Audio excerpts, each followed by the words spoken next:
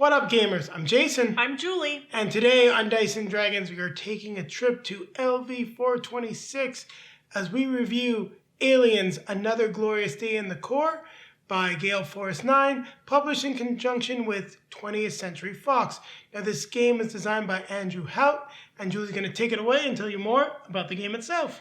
This is a cooperative game that's intended for 1 to 6 players for ages 14 and above. And depending on the mission that you're playing, plays in about 60 to 120 minutes. Yeah, it definitely hits that 2-hour mark nicely. I don't think we've really had any games that went under that, besides the one where we lost quite badly because, yeah, 2 of the worst cards. Any case, we'll talk about that in our review. Now, what are you going to be doing in Aliens, Another Glorious Day in the Corps? Well, you can go through a 3-mission campaign that also has 2 optional missions. One will be to rescue any captured soldiers or civilians. You also have the opportunity to get more supplies. So if you've had a really tough mission, you might want to go ahead and resupply.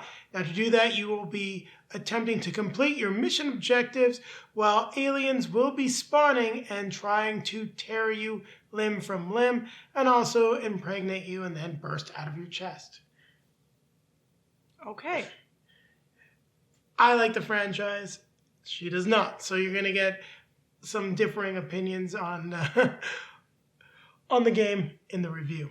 And that's really what you're doing once you complete your mission objective. Doesn't matter how many players survive, you'll be able to move on to the next mission. In the last mission, you will see how many players survive so you can determine your score, how well you did during the campaign. Now, when you're moving around, you're going to be using your endurance cards to either equip players, take actions, or use special events. There are also hazards in there, so keep that in mind. I think I've described everything well enough. Do you think so, Julie? I'm wondering if I'm missing anything. No, I think we're good. I think we can move on to the next section. All right, so we'll be taking a look at the components and then coming back at you with our setup, how to play, and then the review. And if you're new to the channel, take a look down below. In the video description, there are timestamps, so feel free to skip ahead to the point of the video that you'd like to see. And now it's time to grab our drinks. Grab our fellow grunt.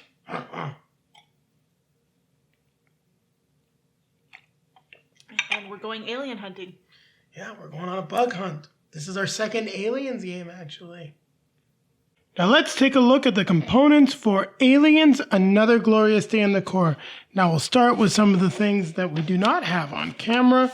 So you do get assembly guides for the Marines as well as the Aliens. You'll see that the Aliens one is double-sided. We also do have the rule book. On the back of the rule book, there is a quick reference guide, which is helpful. You also have these nice Marine reference cards. Well, Marine and Alien phase reference cards, so those are pretty cool. Overall, with the layout of the rule book, I don't have too many complaints. You've got a lot of the information readily available, and it's laid out well. However, there are a couple of clarifications and things that are definitely missing from the rule books. So, for example, there's the event card section that says it can be played at any time, whereas when we were playing the game, I found that the fact that it's talking about the endurance deck here, this information should have been placed later on in the rulebook in the Marine phase, reminding you that, hey, guess what? You can play the cards, but it does say any time. So keep that in mind. You can play those events. I just didn't like the overall layout. Now you may want to pick up this FAQ that's recently been released to help with some clarifications. So, yeah, we were talking about the event cards. As you can see here, people are asking if you discarded them or not. So you can find that on Gale Force Nine's website. We have a link to it down below in the video description. Now that we've taken a look at what's off camera, let's start over here. So we've got our player characters. We've got Ellen Ripley. Now you see her stats, tech, aim, speed, defense, melee, also her different abilities. Now each character is double-sided, as they can also be played as a grunt, and you'll notice they don't have their special abilities, and their stats are a lot weaker. So we've got all your favorite characters. So Ripley's a civilian. We've got Corporal Dwayne Hicks.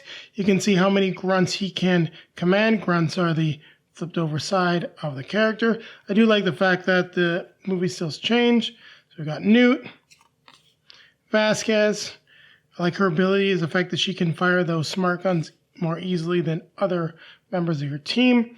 Private William Hudson, Scott Gorman, and Private Rico Frosty Frost.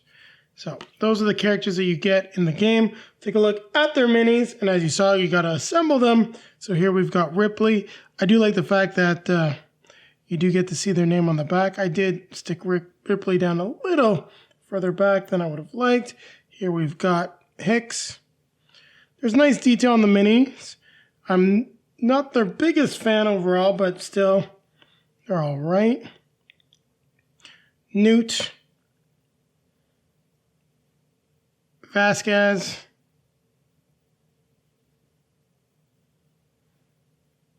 We've got Hudson. Holding the tracker.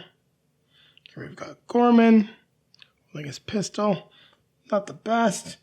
And then lastly we've got Frosty holding his flamethrower. Then of course we've got the Xenomorph miniatures, which I had an absolute horrendous time assembling. I'm not their biggest fan, but they're done. They're complete. We can play the game. That's about all I want to say about them. So you can take a look at the minis. You got variable heads. The arms are all interchangeable. I did get some glue on the mini itself. Now we've got the aim dials for the Marines for their aim score. These will decrease as you fire more. These dice here are the Marine die. You'll be using them to take your shots, test your tech. Now we've got the endurance deck here. This is at the bottom to remind you when to reshuffle.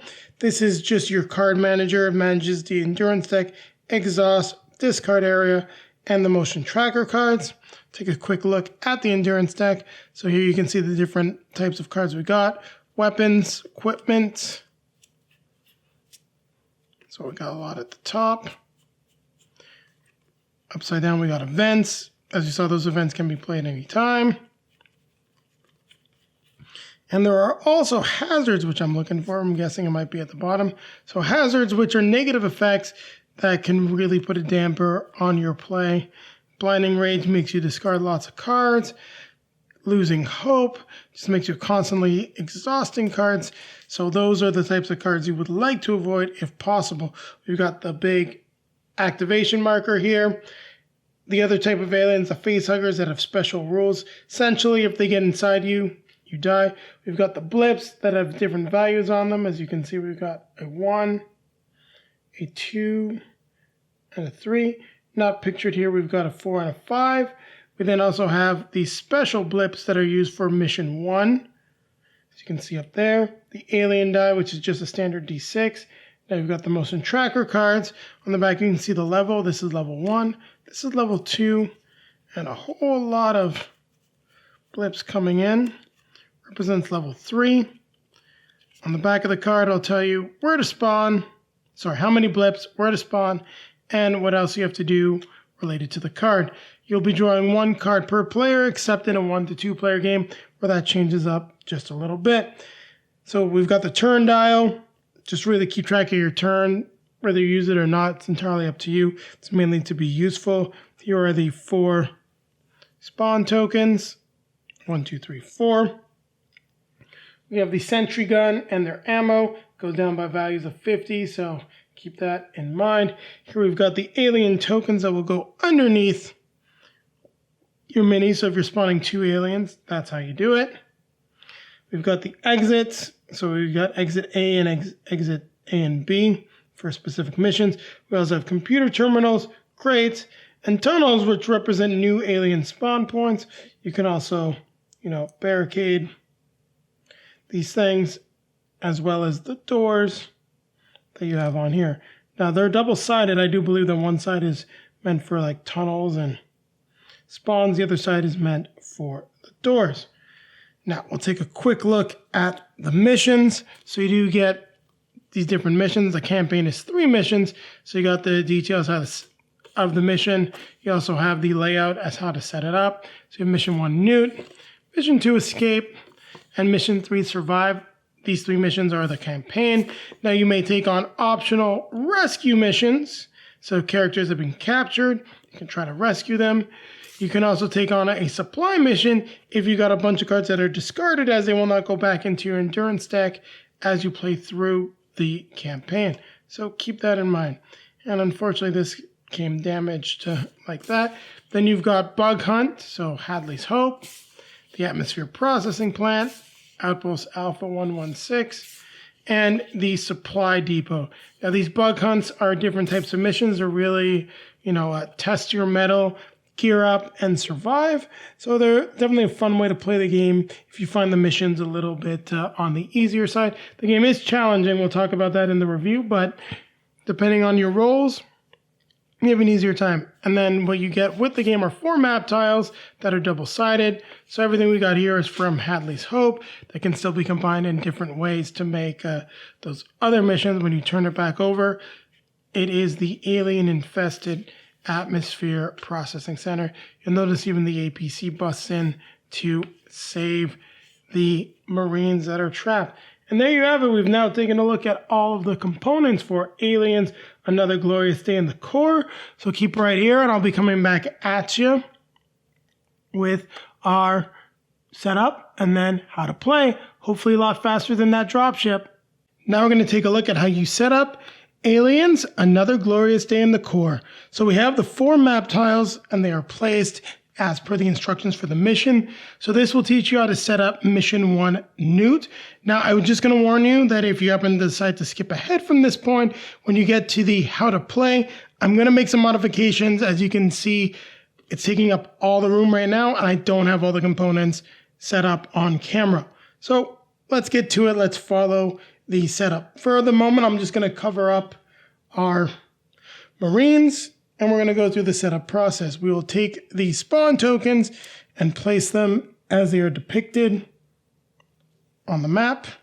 We'll also need one of the exit tokens, which I'll place just right here, symbolizing that that's the exit. It doesn't have to match exactly as you see it on the mission map. So we will place this spawn point. We got to get spawn point number 1. Then lastly, we will place spawn point number 4.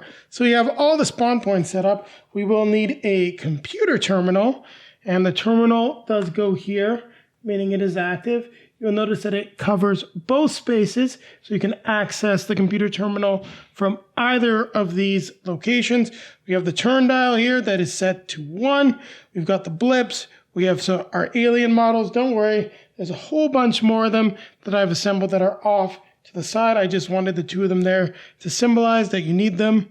We'll get these blips placed on the board. So we've got 1 there and 1 there. We also have our card sorting set up right here. So for the endurance deck, you're going to need this, the reshuffle card reminder. Your stack of shuffled endurance cards will go here. You will have the motion tracker deck, which is going to go here. Now, I do have some cards that are separate. I'll go over that in a moment. And that covers just about everything. We do need to take these blips, as they are mission blips. You are only going to be using them in Mission 1 Newt. It's possible that they are in the Bug Hunt mission, but I am unsure as we've yet to play those. Shuffle them up, and you will place them on the board. In Mission 1, you will need to locate Newt. Now, we've gone ahead and set up all of the base game components. Next, we need to go ahead and set up our Marines as well as the motion tracker deck. So with regards to the motion tracker deck, it will tell us what we need to do. So we will shuffle 5 random threat level 1 cards and 5 random threat level 2 cards together and set these 10 cards aside to make the top of the deck. I made a mistake. I'd only actually 1, 2, 3, 4. So I've set aside 4 and 3. I thought I had the right amount here. So we need level 2 cards. Level 2 are these ones here. So that brings us to 4. This brings us to 5. That also brings us to 5. Now, I will pick up the knock stack of cards in a second. So we got 5 here, 5 here. We shuffle these together to make up the top of the motion tracker deck. And I feel like I've got just too many alien tokens on camera here. You got to see all of them. Don't really need all of them. Actually, it's probably just going to be simpler if I move the models off camera and leave the tokens where they're easily accessible. So we'll do that instead. So we'll shuffle these up. Fortunately, when you're shuffling them, try not to look, because it's fairly easy for you to stack the deck with just a level 1 on the top. Not that it really matters. You're going to go through some of the stuff quickly, and you can have level 1s that are still fairly nasty. So there we have it. The motion tracker deck is now set up. We now need to equip our heroes. Now, when you are playing the game, you will be using all 7 characters eventually. So as you can see here, we have their hero mode and their grunt mode. Now, grunts have all the same abilities in terms of actions and things like that as heroes, but they don't have their same stats here. They cannot use and play cards, so they'll never be able to draw cards. And their stats, you'll notice, 4, 4, and 2 may be different. 4, 3, and 1. So they are not as strong when they are in their grunt status. You also have a rank here. It's a little difficult to see. Below the rank, it will tell you how many grunts you can activate. So for example, we've got Hicks in hero mode right now and Ripley in grunt mode. That's going to change once we fix our setup. What you're then going to do is you're going to equip the characters with any weapons and equipment that are in this deck. So for example, we can start with backup weapon of a pistol. We can find our pulse rifles. We can also have the big bad gun. Now, all weapons are different. Some characters work better with certain weapons. For example, of course, you're going to want to have... I'm going to move this over here now, actually. Vasquez with the smart gun. And I'm only going to set up Ripley just because it's a little quicker. And, if she's going to be front and center, maybe we want some body armor. We can pick more body armor. Well, we could put 2 body armors, but I don't see why. But let's pick something else like the shoulder lamp. And we'll just move her up to make things a lot easier. So there you go. So she is equipped. We need to do the same thing for Hicks and all of the other characters except for Newt. Newt is going to be set aside because we're looking for Newt. She is one of these blips. So all the characters would need to be set up properly with their equipment. And you will set them to either their hero or grunt side depending on the number of players. So the game is for a maximum of 6 players.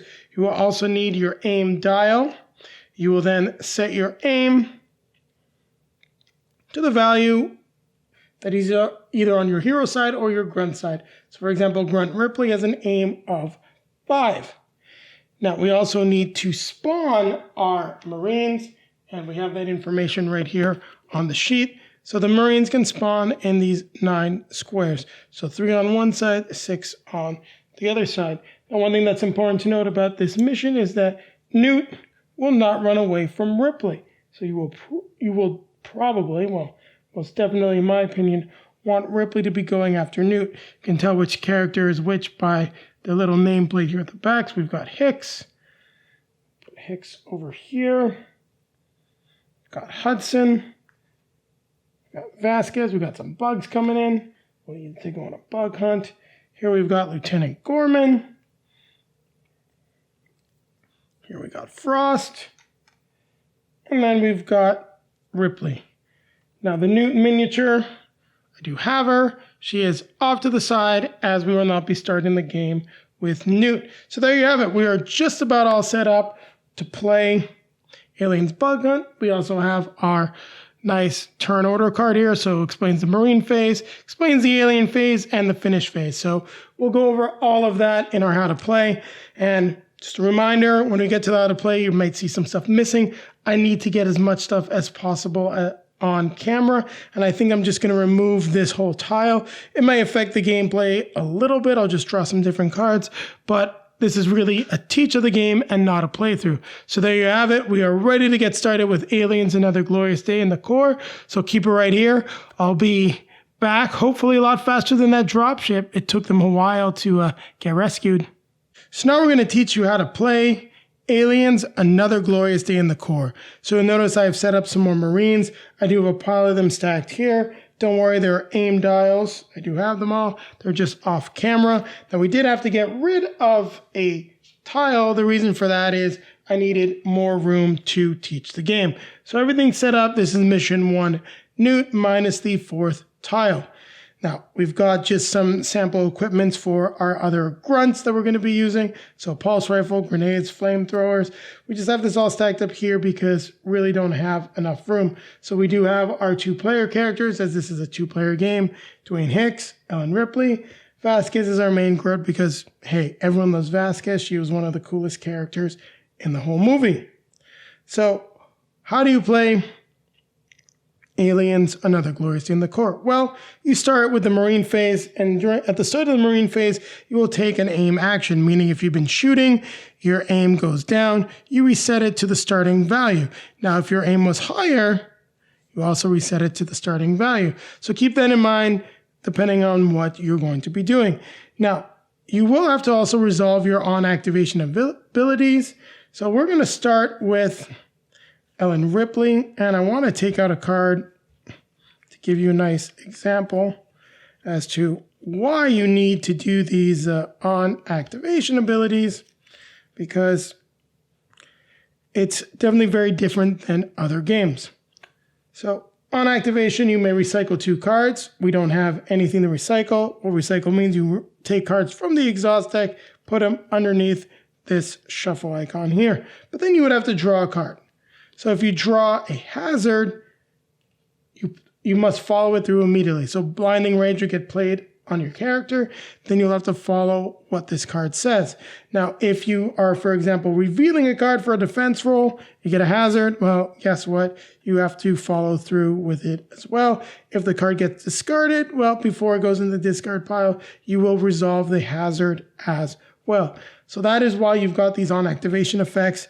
They are annoying. Just keep that in mind while you are playing the game. So let's now take a look at what we're going to do. So that's resolving all activation abilities. Now you may equip something. So if, for example, you do have the grenades, the flamethrower, or something that's unequipped in your hand, you exhaust the required amount of cards and cost. So if it's grenade, you exhaust the card, then you equip it, and you're good to go. You may now use that card. All right, so now we're going to get into the action phase. And what we're going to need to do is take this activation token and hand it out. It doesn't make a lot of difference on a 2-player game as you're going to be going back and forth, but on a multiplayer game, you're going to be going left from the player that starts with it. Now the player with the highest rank, so in this case it's Corporal Hicks. If someone's playing Gorman, the lieutenant, they get to decide who goes first and what turn order the Marines will be taken. Well, the Marines and the civilians, you can tell by the Weyland-Yutani symbol or the Marine Corps symbol. So we're not going to be using this, but I wanted to explain how it works. Now we're going to start with Ellen Ripley. Why? We got to find Newt, and she's here somewhere. Hopefully we don't stumble upon any aliens. I really don't know how everything's set up, but we're going to go for it. So let's move Ripley. 1, 2, 3, 4. So that's one thing she can do. She can make a move action. If it was an alien, she can make an attack action. She could take a barricade action. She could also take an aim action. If for whatever reason her aim was lower, she could reset her aim by 1, not to its starting value. So let's say it was 5, it go up to 6. That would just be maybe you made a big attack and you want to reset your aim a little bit because an alien is going to be charging at you. Don't worry, we'll talk about all your defensive abilities later. You can take an interact action, such as with that console over there, which we'll try to have Gorman do. You may play a card action. So in this one, for example, is free, but if you had another action, like this one right here on the med kit, you could use that to follow what it tells you. Or you can rest, which means recycling cards from your hand and the exhaust pile back into the endurance deck. Because when you're out of cards, you can't do anything. So there you have it. We did our first action. We're going to keep moving. We need to find Newt. So we're going to move 1, 2, 3, 4. Now, all doors are considered closed until a figure is next to them. So even though I'm here, I don't have line of sight to this because this door is closed. Now this door opens up, I reveal what's there. It's a 0. We don't find anything. No Newt, no aliens. this now gets removed. So unfortunately, that was just a sensor shadow. Now Ripley has no rank, unlike Hicks, so she cannot activate any of the grunts. So that will be the end of her turn. Now if there is an end of turn activation ability, characters like Hudson have that, you would have to follow through on that. At this point, that is the end of Ripley's turn, and we're now going to move on to a different character. So we're going to have Hicks move and support 1, 2, 3, 4. So he's just charging ahead.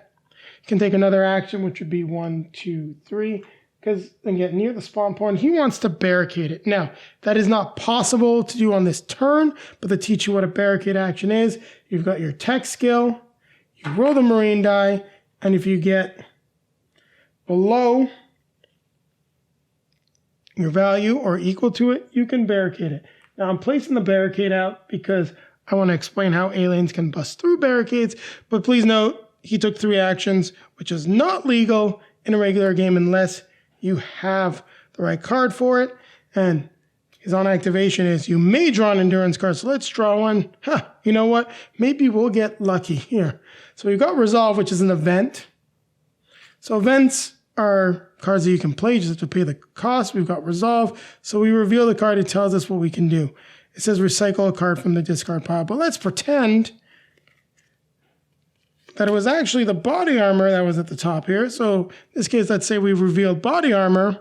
Well, guess what? We get to take an action, meaning we would have the 3 actions to get there. This body armor would then go at the bottom. This Resolve has been played and it now goes into the exhaust pile. It is not discarded unless the card says so. So that is the end of Hicks's turn. He can now activate 2 of the 4 grunts. Well, yeah, the 4 grunts that we have. In this case, Gorman's going to move 1, 2, 3, 4, 5, 6. I think I'm not really sure about cutting the corner there. I've seen some contradictions on those rules. It's pretty straightforward in the rule book. There's some different stuff in the FAQ. But in any case, I've got 8 movement. Gorman goes there. Now, we're going to leave it at that. We'll have another chance to take an interact action. Next, we're going to activate Vasquez, who's also going to move 1, 2, 3, 4. And then move 1, 2, 3, 4. Now, when she gets here, the door opens. So she has line of sight to at least one of these. So you then reveal the blip, which is 5, meaning we now spawn 4 tokens with 1 alien on top of it. It's not very good. We're a little bit in trouble there, but that's okay. This is just a teach. Now, if we had line of sight on this one, we would spawn it as well. That 5 is really not what we wanted to see, but that's okay. She's going to need some backup. So Hudson's going to move 1, 2, 3, 4. And just move 1, 2. Get in the room to help out. Now, we could barricade one of the doors if we wanted to, but in this case, it's not a good idea.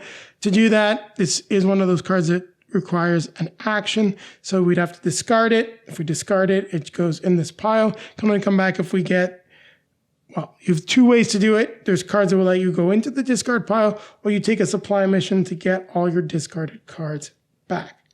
Not sure if it's all of them. We haven't done that yet, but that's how you get a bunch of them back. But in any case, he's going to be backing up Vasquez. Now you're wondering why we're activating these grunts. Well, all characters have to activate. The advantage of having a rank is you get to choose who. At the end of all the characters' turns, the player with the highest rank activates the grunts.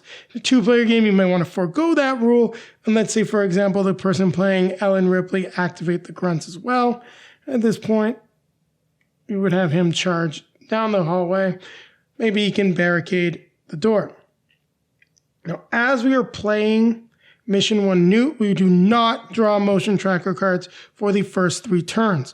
As I'm teaching the game, that's fine. We're going to skip that portion. So what happens? Well, we activate the aliens who have a speed of 6, and the aliens are just going to rush the primary target.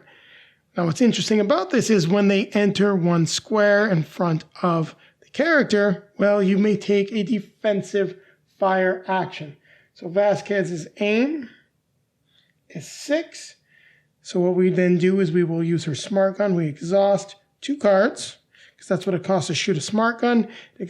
Pulse rifles cost 1. We then roll the dice, and as long as we are lower than her aim, we get to remove one of the tokens.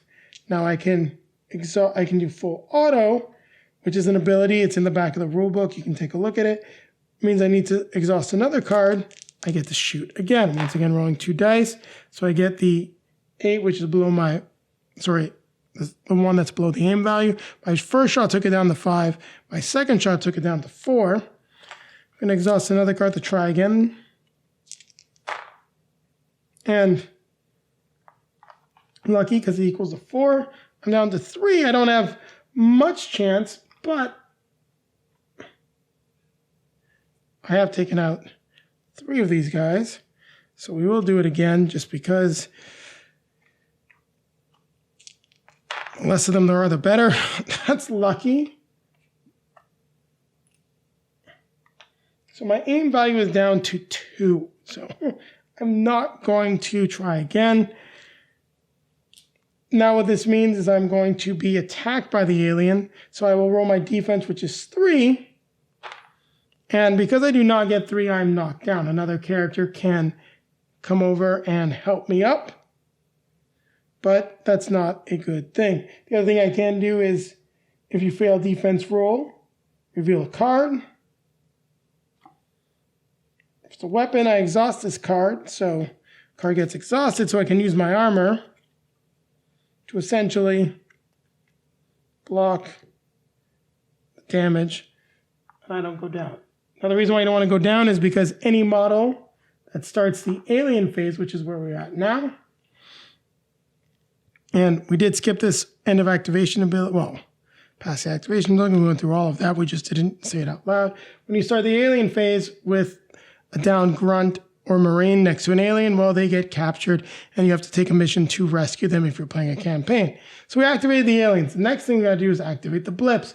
Now, blips cannot move through aliens. Now, these corners do obstruct things, but we can say these guys are trying to get there. So we would then enter Vasquez's line of sight. She's standing up because we discarded her armor. So we have 2 aliens to put there. Those tails are a little annoying. Not sure where this ended up. I had some body armor here. Just gonna put this underneath. So we activate the blips. And you notice I just moved that blip. It's because there's no place for it to go. But how you normally activate blips is you pick the game board, roll the alien die, and they move that space. So in this case, they're all gonna move 1.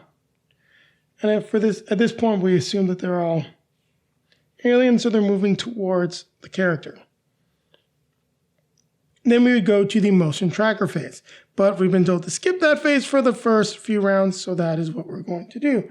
Now we need to decide who's going to activate first in this case. So we will let Ripley activate once again. And we're going to move Ripley 1, 2. Now we get to reveal who's here. And lo and behold, we have found Newt. What does that mean? So we reveal Newt. She then shows up on the board. So we can keep moving. Another 1, 2, 3. We're going to move next to Newt because that's the best thing that we can do. But what did I do? Well, I forgot that I need to do my on activation abilities. So before any of that, I will recycle 2 endurance cards. And then I must draw a card, which is the flare, which then goes into my hand. Now I could decide to swap it out with the shoulder lamp, so I could equip it if I so choose. All right. It is now Corporal Hicks's turn, meaning we know we've got aliens here. So he's going to move 1, 2, 3 to the door. We've got 2.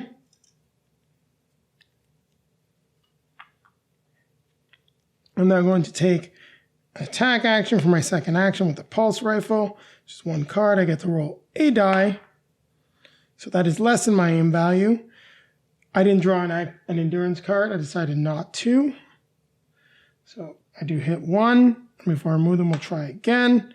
So that's 2. And what do I get to try again? Well, full auto, so I exhaust another card. That means this alien figure is removed.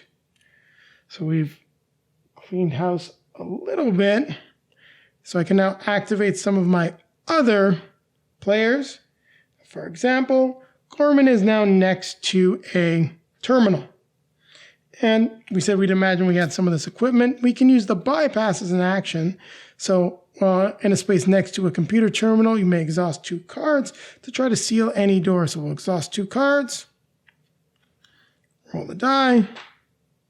Fortunately, it's not good enough, so this would be wasted. Now, let's just roll that again. No luck. Let's imagine we roll the 1.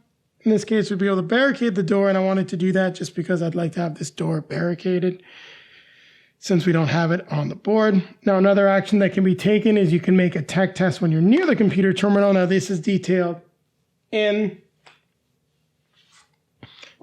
the mission. So you can see right here, you can reveal the blip to see how many aliens there are. So we now know there are 1 alien there. And that would be the end of Gorman's activation. So we've got Vasquez, and staying up front with these aliens is not a good idea. So first things first was Vasquez. We're going to reset our aim to 6. And we're going to move away. And one thing that is important to note, if you do move into a melee arc of an alien, you cannot keep moving. So the moment I moved here, my movement is done. If I could say keep moving like this, I could stay away from them. But anytime you're adjacent to them, you can't move. Now, that doesn't mean that when you start adjacent to them, you can't disengage. So I'm going to move 1, 2, 3, 4. I still have I actually lose line of sight on them. So probably the best thing to do is going to be to shoot first. So we're going to take double shoot action here. Well, not double shoot, but we're going to shoot on the dice. So we kill this first one. We keep going with full auto. So unfortunately, that's a miss. We want to get out of there. So we're going to move 1, 2, 3, 4. And that's the end of Vasquez's turn. And the end of Hicks's turn because he activated Gorman and Vasquez. So now we need to activate the other grunts. Now Frost will try to barricade the spawn point. Terrible roll. So instead we're going to just recycle cards. So we'll take the recycle card action. We take 3 cards, bottom of the endurance deck. That's what he's going to do. Now Hudson doesn't want the alien getting any closer, so he's going to move up there. He's going to use the arc welder, which gets discarded, to barricade the door. Now we go through the alien phase. And what I'm going to do now, because I want to speed this up, we're going to skip ahead. So we do have the turn tracker. It's just for your own reference. I didn't turn it, doesn't matter. We're in turn 2. Normally only spawn alien cards in turn 3. Now for that case, we're going to imagine that we've acquired Newt. To have Newt join your party as a hero, they have to join Ellen Ripley, so a person has to be controlling Ripley. To do that, you must calm her down, so you need to roll under 4. So we made the roll legitimately. We now have Newt, so you can take her hero and put it on the board. Well, we'll just put her in the stack here, and she is an active hero when Ripley is active. So what are we going to do now? Well, we'll activate the aliens. So this one's going to move 1, 2, 3, 4. So I'm going to try to break through the barricade. To do that, they roll a 4 or more. The barricade doesn't stop them. They've now entered Hudson's range. Now, technically, because you can draw a line of sight, Vasquez could technically see, but it just feels more appropriate that it's Hudson, whose aim dial is set to 6. Let's bring that up for reference. He's going to shoot his pulse rifle. And he misses. So now we need to roll for defense. Rolled an 8. We are now knocked down. Luckily, Vasquez is there with the medical scanner. She'll be able to get us up. But I don't think we're going to continue much beyond this next section, which is really the end of our how to play. So we go to the spawn. So we have the alien vanguard, which would spawn at 1. So that's 1 blip. We've got a barricaded spawn point. Awesome. So we now need to roll to see if they get through the spawn point. Now, as we did not roll 4 or more, the blip that we will have selected actually gets discarded.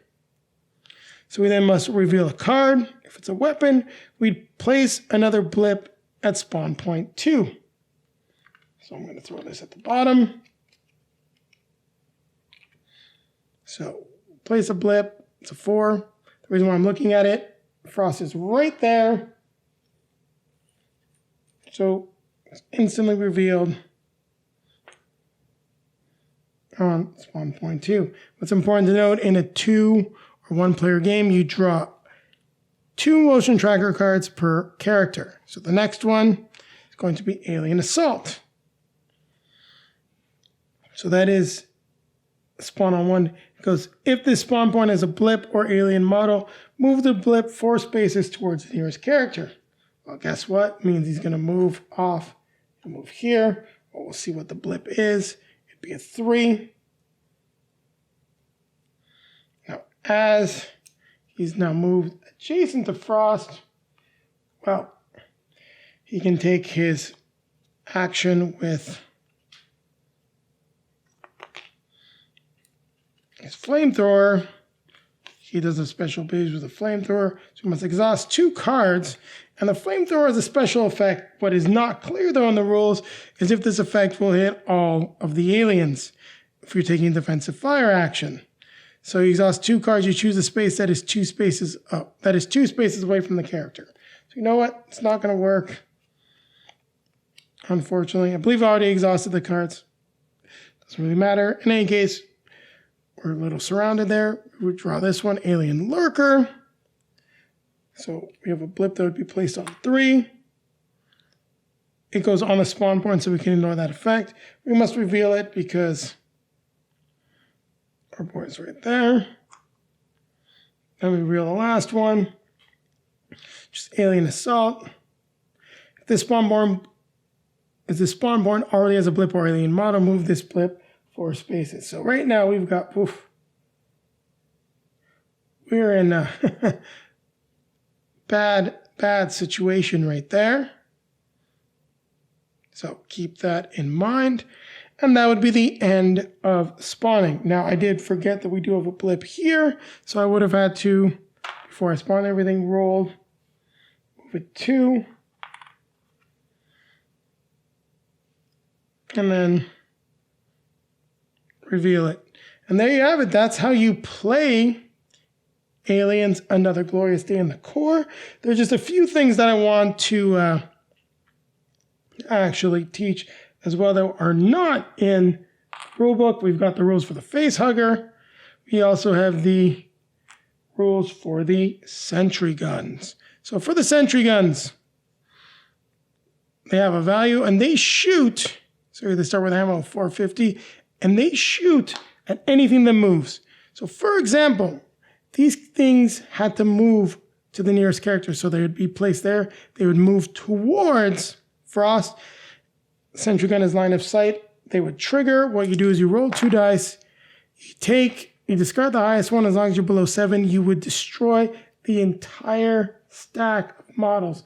These things are awesome. They show up in bug hunt missions and in mission 3. Now, face huggers, they do the same thing as aliens. So if you fail your defense, though, what happens is they leap into your character. So let's say this face hugger attack Gorman, and he fails his defense roll. You are the face hugger. Now you're okay. You will survive the mission. But at the end of the mission, it of course bursts out of you, becoming an alien, meaning that the character is then killed off. And the last thing we have are the tunnels and the crates. Crates will be set up by a mission. You go next to them, you'll take an interact action, follow the instructions on the mission sheet. Tunnels will be spawned by these cards. Just follow the actions. They will often act as another spawn point, meaning some cards may tell you to spawn blips or aliens directly on a tunnel, and they can show up anywhere on the board. So there you have it. We've taught you how to play Aliens, Another Glorious Day in the Core. Thanks for watching this full how to play of the game. Now keep it right here as Julie and I will be coming back at you with our review. Aliens, Another Glorious Day in the Core. I'm very eager to hear your thoughts about the game, and before I toss it over to her, I have been taking a look online at just some different reviews, ratings, and opinions, and one thing has become clear to me with regards to the game. You're definitely going to have your score swing like this, depending on how engaged you are in the franchise. Now, as I'm the fan of the franchise, we'll definitely discuss that, but I wanted to just mention it, so keep that in mind. Fan, non-fan. Now take it away, Julie. What did you think of the game? So this is one of these games where I was disappointed. You wanted this. You asked for this for your birthday.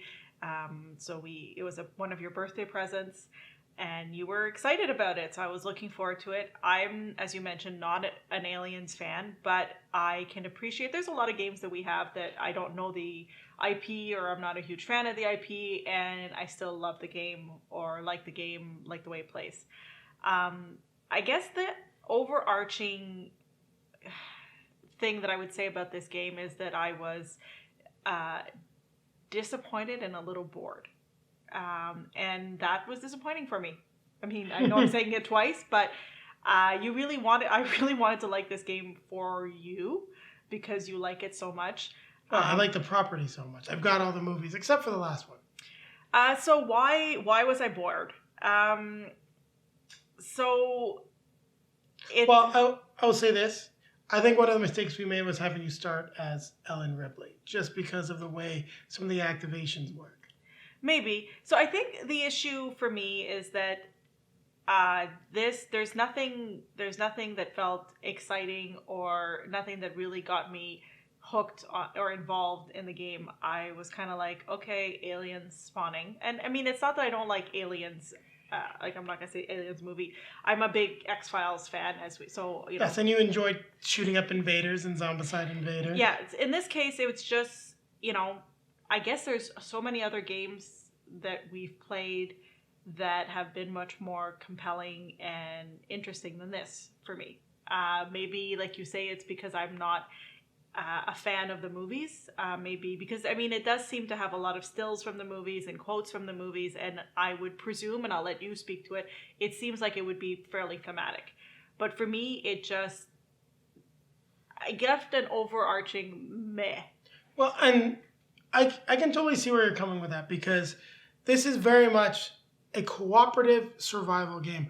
A lot of the game is going to be tactics. So if you don't enjoy positioning your minis, focusing on line of sight, setting up killing fields, and advancing as a squad to achieve your objective, you're not going to have as many of those wow moments that you might find in, say, Zombicide Invader, Cthulhu Death May Die, and to be honest, this reminded me a lot of Cthulhu Death May Die in certain aspects, and I'm going to get to it when I talk about it, because there's certain things that it reminded me of it, but there's other things where I think Cthulhu Death May Die is just a better and more fun game.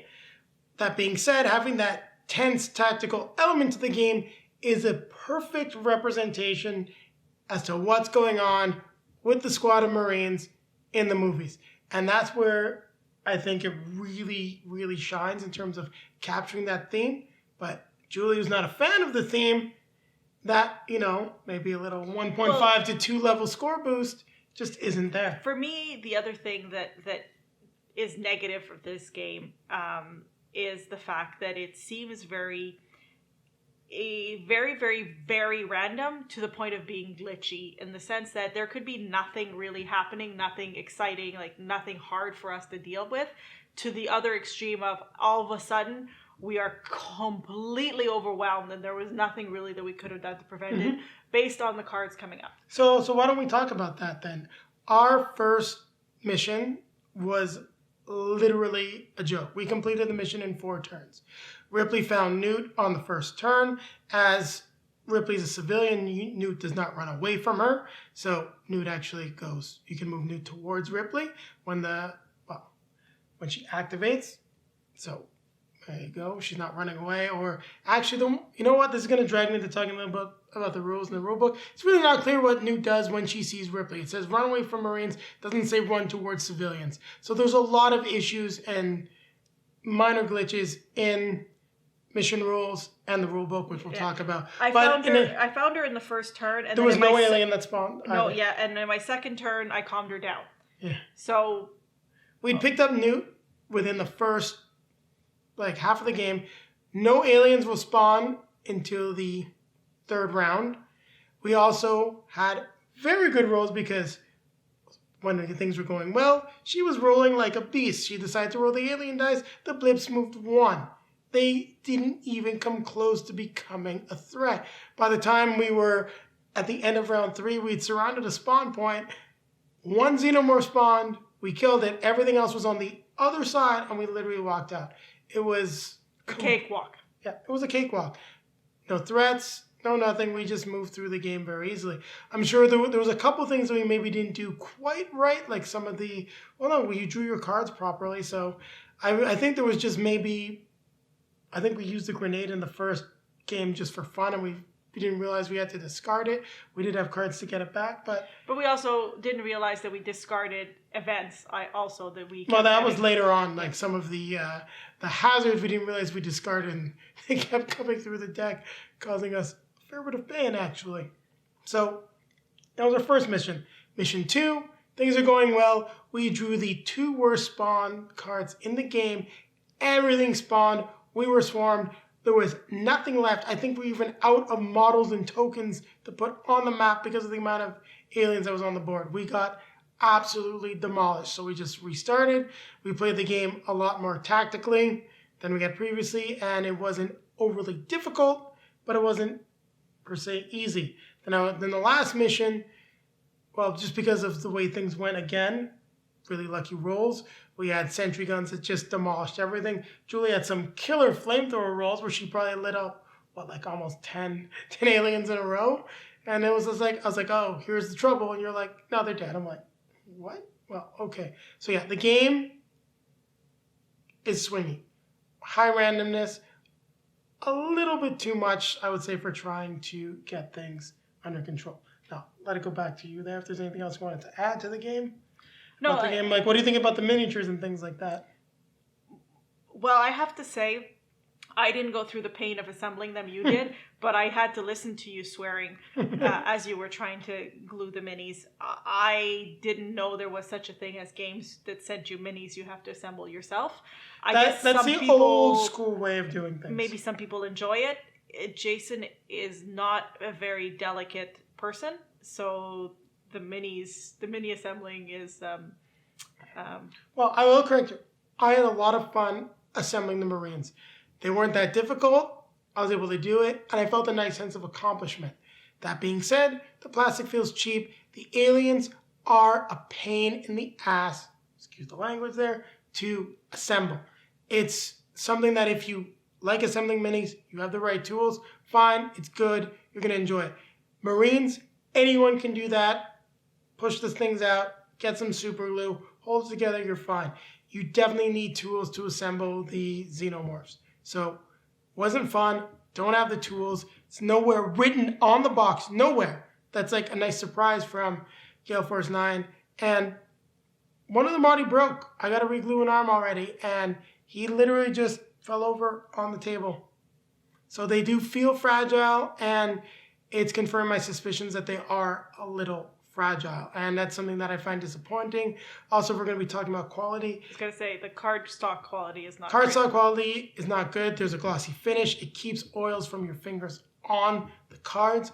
I'm going to be sleeving the cards, but the game feels like it was made on the cheap, that they decided to have the minis be assembled to lower the price. I don't know what the cost of the license is, but I feel that maybe because it could entirely have happened because Disney bought Fox and things happened and the price went up to keep the license. I don't know, but there's definitely something happening here to save cost on this game.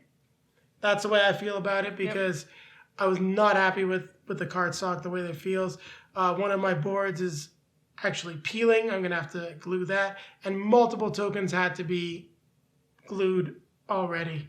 So, yeah, not a big fan of all of that. Yeah, no. Your rule book also got... yeah, I was just flipping through it. I don't know if that was me or if it was the rule book. We'll talk that up to potentially 50-50. But what did I like about the game? I want to talk about the positives. So thematically, it captures the experience of aliens. You're running around, you're on a mission, your Marines can die, get captured, and hopefully you do really well going through the campaign and everyone stays alive. Now, why is that maybe a little bit of a problem?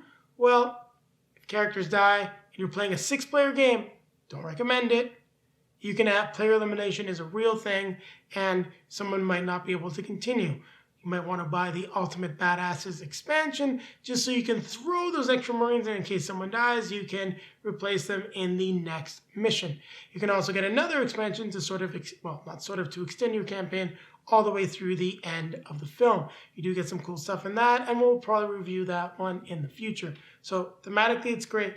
I like the way the endurance deck works. What did you think about that? The exhausting cards, discarding cards, that tense element of having the manager deck was really cool. I've never seen that in another game, and I really like the way that it worked in this game. Yeah, I mean, that's probably one of the only positives that I have of the game. Besides the fact that it's cooperative, I do enjoy the fact that it's cooperative, and I like that you have the different players that have also different. I like when they have different abilities. That was fun as well. Those are my positives, I would say. Oh, very cool. So captures the theme and feel of aliens very well. Like the mechanics. I like the blips. I like the way the aliens work. And I like the fact that combat and gameplay itself was fairly simple. It wasn't too complicated. You can set this up and play with just about anyone. It didn't take me long to teach Julie the rules. You really need to figure out some of the nuances with line of sight and positioning and really getting down your tactics. So great job of capturing the theme of aliens and putting it onto the table. Now, what's once again egregious is the rulebook. This game has been out for maybe about a month now. A few days ago, there's been an official errata and FAQ already released that's 3 pages long.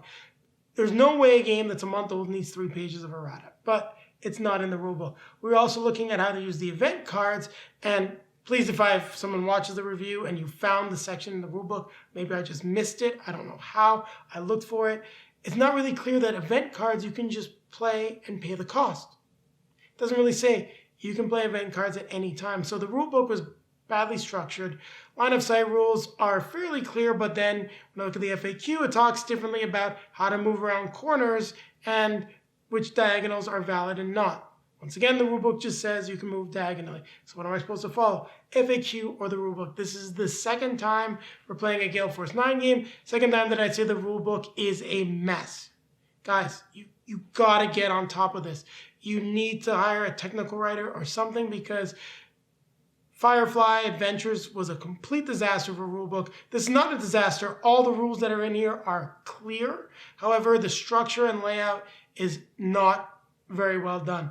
You needed a technical writer. There's a few things that need to be added. I will say that looking up certain things, it was fairly easy to find. Some stuff was not that easy, like what happens when something's barricaded and an alien tries to break through. Well, that's in the barricaded section, not in the alien section. So not the worst rulebook, but definitely not the best rulebook either. And other than that, though, I had fun with the game. I had fun moving tactically, shooting aliens. Another positive thing to say, defensive fire. The fact that you are a squad and being able to shoot up aliens and take defensive actions the way defense works, that you could just, stab them, murder them, and that was actually one of the things that let us win the second mission. Julie rolling ones like 3 times in a row, and I'm like, you just completely destroyed all these guys that were running at you with your melee. Awesome. We're not in trouble. That was cool. So the game does a lot of stuff well. I just think that there was some serious budget saving costs in there that sort of took the game from being a higher score down to what I think is going to be a lower score. I'm a fan of the franchise. Aliens is my favorite movie. This perfectly captures the feel of playing aliens on the table. It has that survival feel. But if I wanted a tense survival game where I've got monsters and a timer pressing down on me. I'd rather play Cthulhu Death May Die. And I kept thinking about that because in Cthulhu, you might need to make the sacrifice play in order to beat the Ancient One. You might need to completely lead a bunch of monsters off into a laboratory and then blow yourself up, which I did, in order to save the day. And those elements are present in this game depending on how things go. If you've got a certain card, and like that mission where we had swarms of aliens, if we had that card that would just let you take out everything around you, we might have been able to survive it because we could have made a nice dent in them. So, cool stuff, but assembling the minis, in my opinion, that's a negative. Sorry. Assembling minis requiring tools is a negative. If you're not going to advertise it, this should just be super glue and stick. I get that some people really like it. Negative for me. And then the fact of the matter is, just the component quality is another negative for me that just keeps the game from quite reaching the heights that I thought it would get to. Now, it's not going to leave the collection. I can see that I'm going to have fun playing this with certain people, but this is not going to be a cooperative game that's going to hit the table as much as I would like. Oh, and it has solo mode, so it's solo mode, so I will be able to play it solo. That's actually, as I was describing this, I want to say the other thing I think this game does really well and it succeeds at is controlling the grunts. Whereas games like Zombicide will have you fully control characters, the slimmed down version, because you really need your full squad in this. There's no way that you could take out Marines and do well, at least from the start. You're basically handicapping yourself, and why you want to do that, I think, is a really well done system. But we tried playing it at 2 players, and then eventually we just activated 4 players because you draw the same amount of cards. It worked out a lot better for us at 4 because we are used to controlling multiple characters. It was still fun to have the individual grunts that we could control as well. I think this would be the only other thing I would add before I'm ready to give my rating, is to say I feel like this would be more fun at 4 players, 3 or 4 players, than at 2 players. Yeah, I think the game will shine at a higher player count. I think this game is probably a lot of fun solo, where you're just handling everything yourself. I think it's in fun at a higher player count. There's a lot to like about Aliens, Another Glorious Day in the Core, but the game still feels like it needed to be baked in the oven a little bit more. If you're an Aliens fan, this might be up here for you. If you're a cooperative gamer fan, I think it's going to be more somewhere like here. So go ahead, Julie. You want me to give the rating first? Yeah, give your rating first. For me, this is a 6. It's passable. Played it. I had some fun. You'd be willing to maybe try the expansion because you get a big power loader with Ripley and you like mechs. I always try expansions unless the first game was absolutely horrible. This is passable, but I think as you alluded to, you mentioned Cthulhu. There are so many other games I think that do it better. The alien theme doesn't do anything for me, so this is just a 6. Sorry.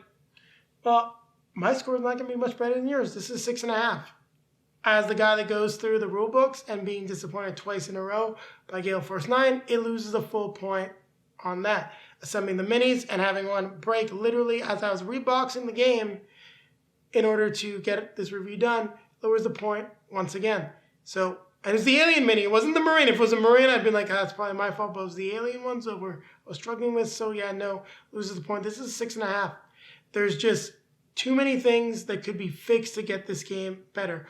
I'd love to see them do a second edition, or even if they do a reprint of the game, fix the damn rulebook. Please, I'm getting real tired. Bad rulebooks. Maybe I'm a little harder on this rulebook than I should be because I just went through another one that had bad technical layout. And there's another game I really want to play, and from what I've been hearing, the rulebook is even worse than both of these, the last 2 experiences put together. So 6.5, this is a solid game. If you're an Aliens fan, this is your favorite franchise, and you like putting together miniatures, this is going to be a 7.5, 8 for you. This is probably going to be a collection essential. If you are a cooperative game player like us, this is probably, as you can see, range from a 6 to a 7, a game that you're going to have fun with in your collection. If you like tactical games, and tactics is your big thing, your group's big thing, it'll probably go up another notch for you as well, because it does those things very well.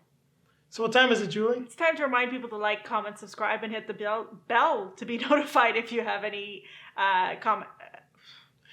I really had trouble with that one, didn't I? Yes, you did. So here we're going to go. We're going to do the magic rewind. and we'll pretend nothing ever happened. Unfortunately, I don't know how to do rerun special effects, so sorry, there's nothing cool. Take it away, Julie! Gonna hit the bell to be notified when we have some new content for you. Yes, and take a look down below in the video description to find links to all of our social media feeds. Facebook, Twitter, Instagram. So if you'd like to see pictures of us playing Aliens Another Glorious Day in the Core, there are plenty of those on the channel. You will also be able to see some pictures from when we start playing the expansions for the game, because we do have the Ultimate Badasses and Get Away From Her, You. This is a family show, so I'll refrain from saying that word, but the other word, well, it's PG-13 these days, so it doesn't really matter that much. Also, if you would like to support the channel, I'd just like to say thanks to our friends over at Multizone in Gatineau. Dylan is an awesome guy. I love the store. They do Kickstarter. So if you'd like to retail back a Kickstarter, you should reach out to them. But in the video description, we also have our discount code. So go ahead, check out Multizone, get 10% off your purchase, and a portion of your purchase will come back to the channel. So we do this for free. We don't make any money. Well, we get some YouTube ad revenue, but that's nothing to really be excited about. So if you'd like to support the channel, get yourself a new game. And if you're from Quebec, Montreal, local area, you'd like to support a Quebec business, check out Multizone. They got some great stuff. And use our discount code, because why spend more when you can save money? There you go. So now it's time to grab our drinks. No, there's one other thing before that. Oh, we need to remind everyone that our videos will be popping up. So you have a video. Most recent video. Yes. And over here, what should it be, Julie? The other Aliens game. The other Aliens game, it'll take you to our review and how to play of Aliens Bug Hunt. So if you're looking for something maybe a little bit scaled down, check that one out. So now it's time to grab our drinks. We're now civilians again, no longer grunts. Okay, keep playing games. Keep playing games. I'm eager to see the expansion, though. I was going to say, I'm not touching this again until we get the expansion. Well, we have it. I just have to assemble it. But there's Ripley in a power loader, so she's wearing big power armor. She used to not like mechs. Now she likes mechs. She likes smashing things.